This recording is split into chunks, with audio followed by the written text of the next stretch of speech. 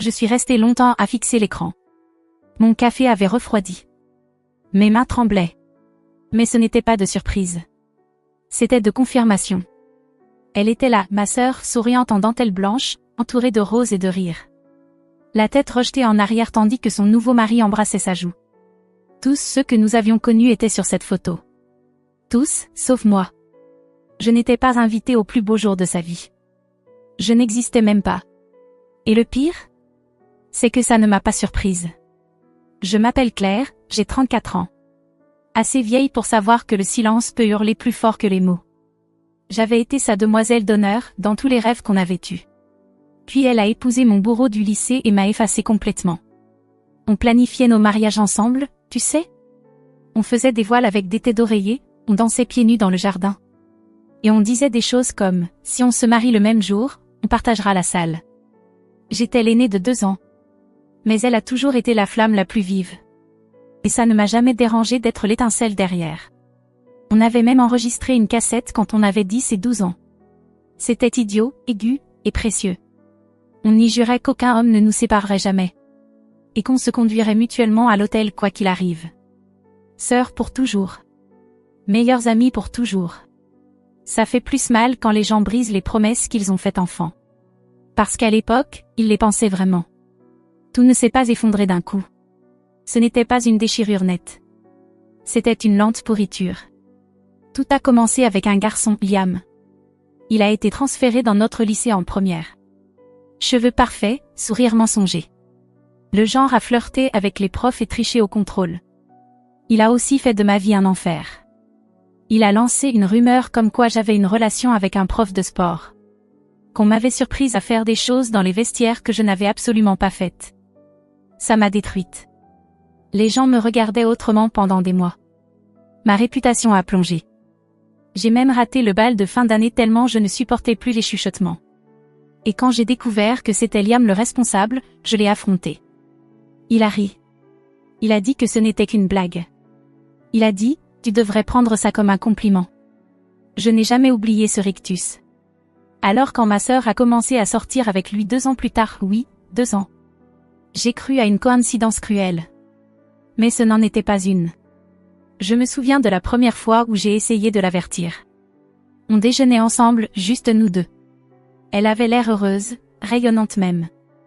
Et moi, grande sœur prudente et protectrice, j'ai dit. Sois juste prudente avec Liam. Ce n'est pas celui que tu crois. Elle a posé sa fourchette lentement et m'a regardé dans les yeux. Tu as toujours détesté les garçons que j'aimais. Avoue-le, tu es jalouse. Ce mot. Jalouse.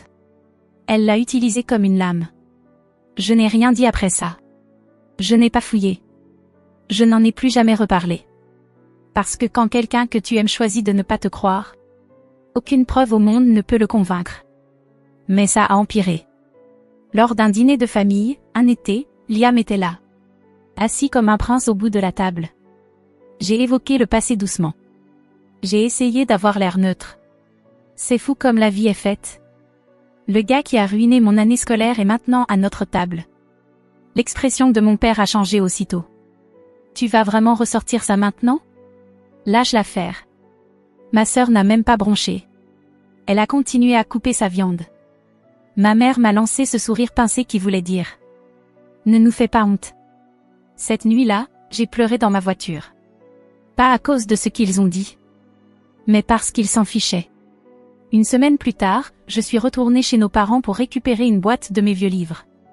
En entrant, j'ai entendu des voix dans la cuisine. Je me suis arrêtée. J'ai écouté. Ma mère chuchotait à mon père. Si on ne l'exclut pas, elle va gâcher tout le mariage. C'est elle ou la cérémonie. Et juste comme ça, j'ai su qu'ils avaient fait leur choix. Je ne valais même pas la peine qu'on fasse semblant. L'invitation est arrivée quelques jours plus tard. Enfin, pas pour moi. Pour eux. Mes parents l'ont ouverte comme si tout allait bien. Ils se sont extasiés sur les dorures. On rit à propos du menu traiteur. Quand j'ai demandé s'il y avait une autre enveloppe avec mon nom dessus, ils m'ont juste regardé. Puis, quelques heures plus tard, un message est arrivé de ma sœur. Un seul. Je veux juste qu'il y ait la paix à mon mariage. S'il te plaît, comprends. Pas d'appel. Pas d'explication. Pas d'excuse. Juste une phrase qui aurait aussi bien pu dire. Tu n'es pas la bienvenue ici. Je n'ai pas répondu. Il n'y avait plus rien à dire. Parce que quand une famille choisit le silence à ta place, quand ta sœur épouse ton bourreau et le soutient contre toi, tu arrêtes de supplier qu'on te comprenne. Tu commences à planifier ce que tu vas faire du silence qu'ils t'ont laissé. Et tandis que je restais là, à fixer sa photo de mariage parfaite, j'ai compris quelque chose. Elle pensait m'avoir effacé. Mais parfois, l'absence fait plus de bruit que la présence. Et j'allais le lui prouver. Certains envoient des vases en cristal ou des cartes cadeaux. Certains viennent avec des discours et des coupes de champagne. Moi, j'ai envoyé le silence emballé dans un ruban, scellé par la mémoire. Parce que si je n'allais pas être au mariage, j'allais y être quand même. Pas en tant qu'invité. Pas en tant que sœur. Mais en tant que miroir. Tout a commencé avec la boîte à chaussures. Je ne l'avais pas touchée depuis des années. Elle dormait au fond de mon placard comme un tombeau. Remplie de choses mortes qui avaient un jour vécu en moi. Quand je l'ai ouverte, l'odeur du temps m'a frappée. Vieux papier. Poussière. Enfance. La première chose que j'ai trouvée, c'était le bracelet. Fil rose et violet, usé. Le pendentif en argent fendu en deux. On l'avait fabriqué pendant une coupure d'électricité un été. Elle avait tellement serré le mien que j'avais dû le couper 6 mois plus tard. On avait juré de les porter à nos mariages respectifs. Elle a oublié. Moi, non. Ensuite, j'ai trouvé la photo. Pliée, un peu tachée. Nous étions 3, elle, moi, et Liam. Mais j'étais à peine visible dessus. Son bras à lui s'étirait dans le cadre, couvrant presque mon visage. Cette photo me dérangeait autrefois. Aujourd'hui, elle était la métaphore parfaite. Puis vint la cassette. Nos voix d'enfants, pleines de promesses et de sucre. On se choisira toujours. Aucun garçon stupide ne nous séparera. Si tu te maries avant moi, je serai quand même ta demoiselle d'honneur. J'ai rembobiné cette cassette 3 fois. Je n'ai pas pleuré. Je n'ai pas crié. J'ai juste écouté. Comme si j'essayais de me souvenir de ce que ça faisait, d'être cru. Et c'est là que j'ai su ce que je devais faire. Elle m'avait exclu de son jour. Alors je lui ai envoyé quelque chose pour lui rappeler qui elle avait laissé derrière. Pas par mesquinerie. Pas même par vengeance. Mais parce que je ne pouvais plus porter ce poids. Et il avait toujours été le sien à porter. J'ai acheté une boîte blanche toute simple. Pas de carte. Pas de logo. Juste sobre. Discrète. À l'intérieur, j'ai placé le bracelet, toujours fendu, toujours réel. La photo, légèrement recadrée pour que le bras de Liam domine le cadre.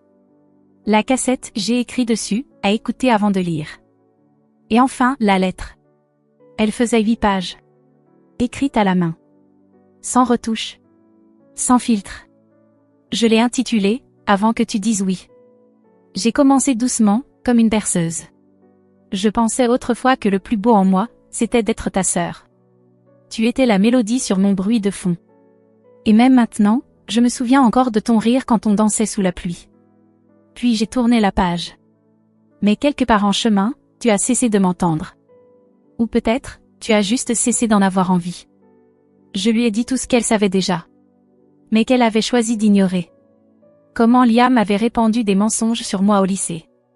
Comment ces mensonges m'avaient suivi. Changé la façon dont les profs me regardaient. Comment j'avais raté mon propre bal de promo à cause des chuchotements qu'il avait déclenchés. Je lui ai rappelé la nuit où je lui en avais parlé. Et où elle m'avait traité de jalouse. Je n'ai pas utilisé de mots de colère. J'ai utilisé des faits. Des souvenirs. Parce que la culpabilité parle plus fort quand elle est enveloppée de douceur. Et puis, j'ai lâché la vérité qu'elle n'avait jamais vue venir. Il y a 2 ans, ma colocataire à la fac m'a prise à part après quelques verres de vin. Elle m'a dit que Liam avait essayé de coucher avec elle plusieurs fois. Elle m'a montré les messages. L'un d'eux datait de la semaine où vous vous êtes fiancés. Je ne te l'ai jamais dit. Non pas pour le protéger. Mais parce que je savais que tu trouverais un moyen de le protéger de la vérité. Je me suis arrêtée d'écrire. Pas parce que je ne savais plus quoi dire. Mais parce que mes mains tremblaient. Les lignes suivantes. Elles venaient d'un endroit plus profond que la colère. Tu as toujours dit que je gâchais les choses. Que je semais la zizanie. que je causais des problèmes. Mais la vérité, c'est que, j'ai toujours voulu que tu me regardes comme avant. Avant qu'il ne t'apprenne à douter de moi. Tu as épousé l'homme qui m'a effacé. Et tu as fait pareil. Mais je n'ai pas terminé dans l'amertume. Parce que ce n'était pas une revanche. C'était une libération. Les dernières lignes étaient simples et vraies. Je t'ai aimé assez pour garder le silence, peut-être trop longtemps. Ceci, c'est moi qui parle enfin. J'ai refermé la lettre et scellé la boîte.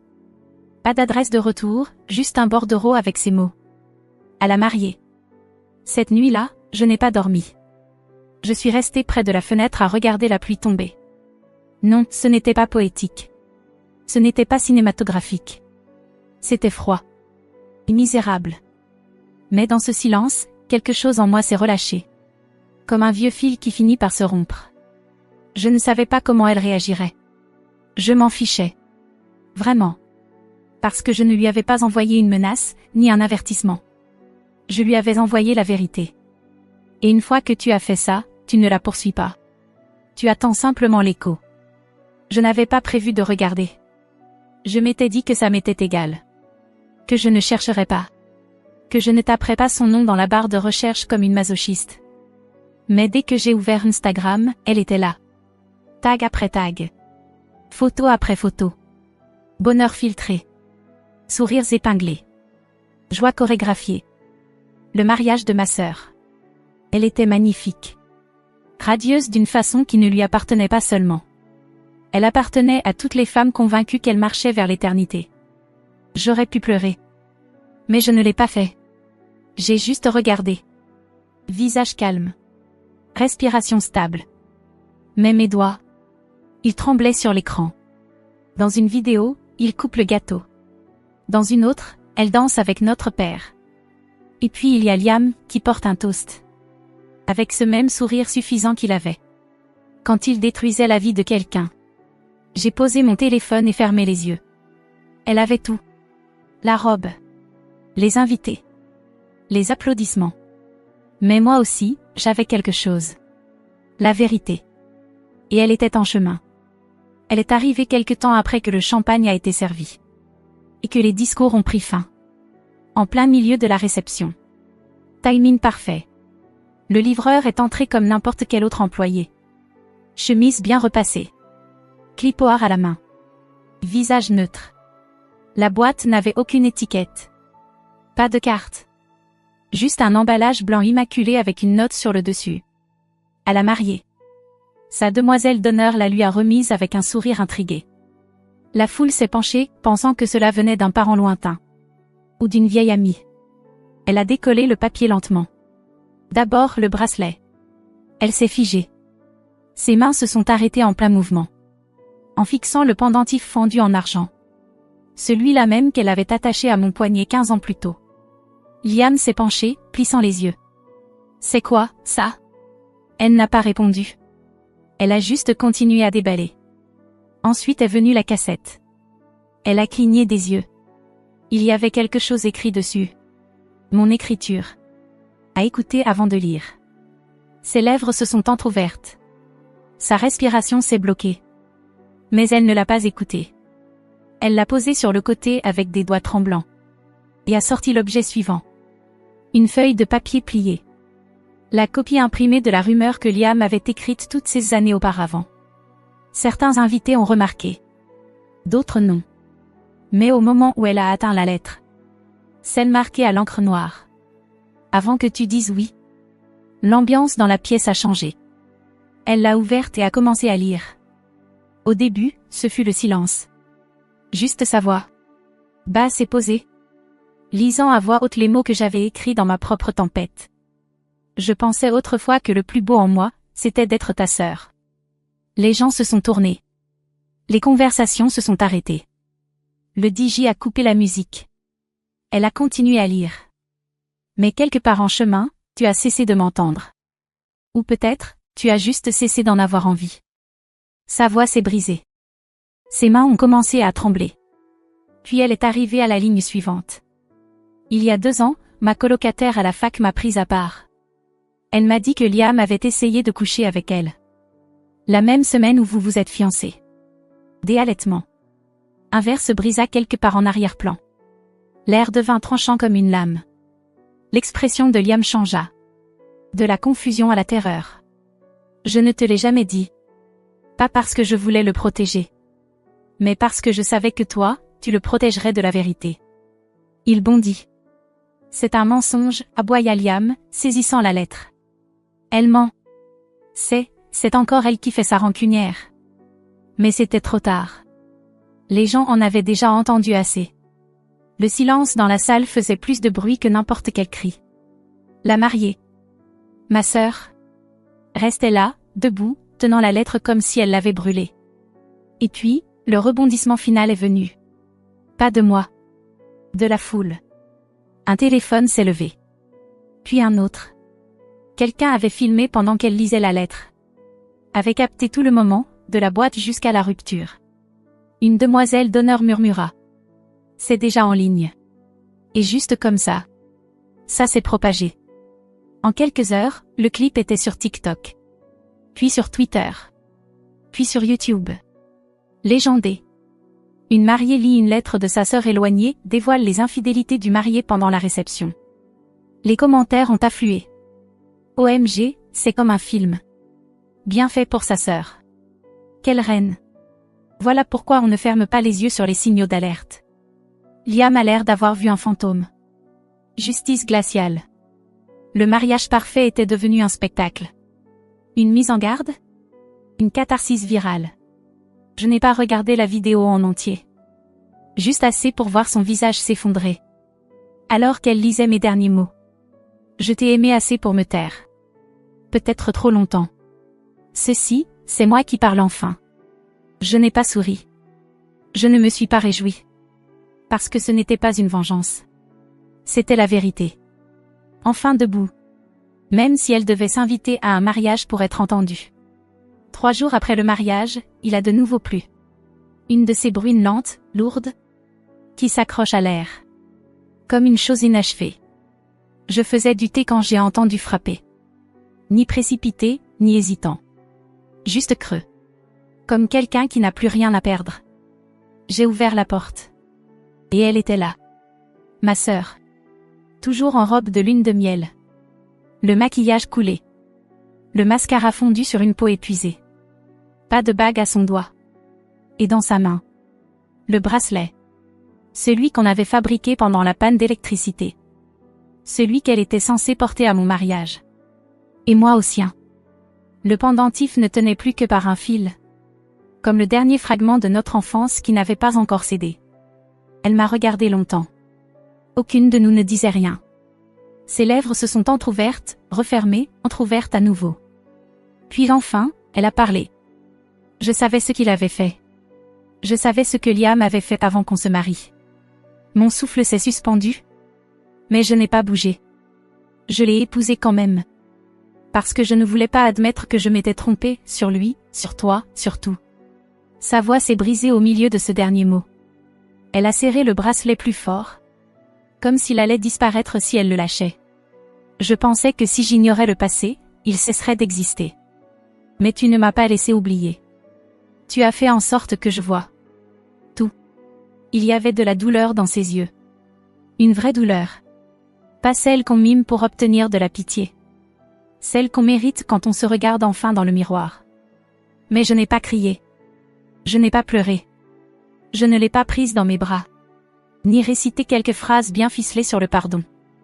À la place, j'ai dit la seule chose que je gardais depuis des années. Je ne cherchais pas à détruire ton mariage. Je voulais juste te rendre ton miroir. Silence. Lourd. Vrai. Elle a baissé les yeux vers le bracelet. Et j'ai regardé. Ses doigts enfin se desserrer.